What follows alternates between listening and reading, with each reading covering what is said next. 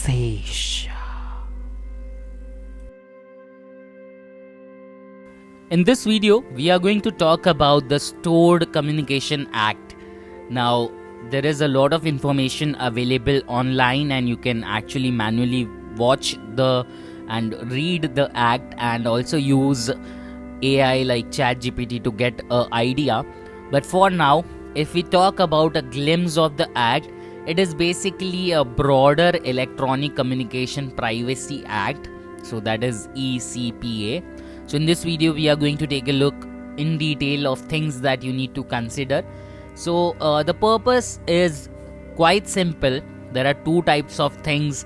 That is, for example, if you have a computer yourself, and in other case, if you are using remote computing service like Google Cloud, and if you commit some crime on Google Cloud.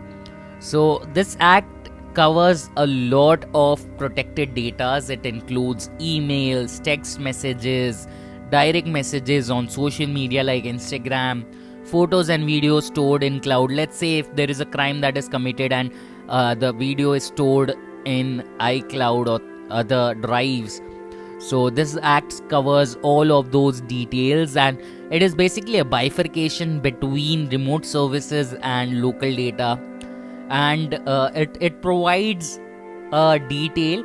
Now there are few things that you need to understand inside the act. Now what requires a search warrant and what does not require a search warrant. So for electronic stored device which is from 180 days or less, it requires a search warrant, and by definition ECS, that is Electronic Communication Service like Gmail, WhatsApp, they have to maintain a data or backup just for evidence purpose. Now in the second category, there are things like Google Drive, Dropbox, or even iCloud services which are not real-time communication. In the first part, it was real-time communication. Let's say, for example, messages sent via WhatsApp. These things come into the ECS part, whereas the RCS is things like cloud storage. So in this kind of case, it is not authorized to access the content without the search warrant, and it requires a search warrant. So the act is basically to protect the privacy and enhance the searchability of evidence and give a detail about the same.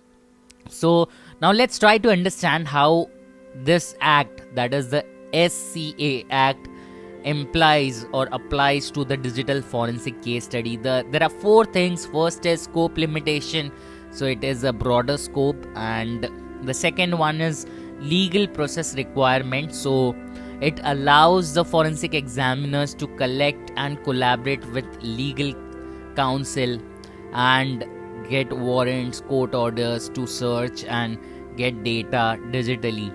And then again, it provides a compliance, and it has laws, and you also have to maintain chain of custody so the evidence is admissible on court. You can get a detail about the same on websites like ChatGPT, and again read the law in detail if required in any cases. But a basic violation of SCA has three things. First is the unauthorized access. Let's say if the evidence is altered, or it is basically to prevent obtaining, altering, and preventing unauthorized access of electronic medias. And this is where the term hacking or hackers come into play. That is for unauthorized individual who access the data. The second is unauthorized disclosure of providers. So let's say if any of the cases, ECS or RCS, is knowingly storing data, so that is something that you can, it's a right to provide information, and then there are remedies. So there are certain challenges that are into the picture, and I'll just brief you guys about the same. First thing is the 180-day rule. So as per the order, the data should be stored for less than 180 days. So again, there is a brief detail on it. Let's say if your chats are stored more than 180 days, again it's a violation of your privacy, whereas they are outside 180 days, within 180 days, again if there is a case and if they want the chat, then again they won't have it. So it is quite important to set a rule between it. Then the second challenge is about cloud computing and third party issues. Like for example, if the personal data is being stored on third party providers, this is basically an extension of Fourth Amendment protection. So let's consider the example of previous video. We talked about Fourth Amendment, the protection of privacy. Now if the data is on your local server, you have that right, but again if it is on a cloud server, then the cloud company has the right and can give the consent. So again there is a gray area over here. And the most important part that I feel is technological phase. Like for example, nowadays we have technology like LoRa, which is radio communication devices. Now these kind of devices have some gray area to produce the evidence in court, since they are not logical evidences, but yes, they are evidence of messaging done on LoRa technology or IoT devices. It should be admissible in court, but how it should be produced and how to authenticate is a different thing.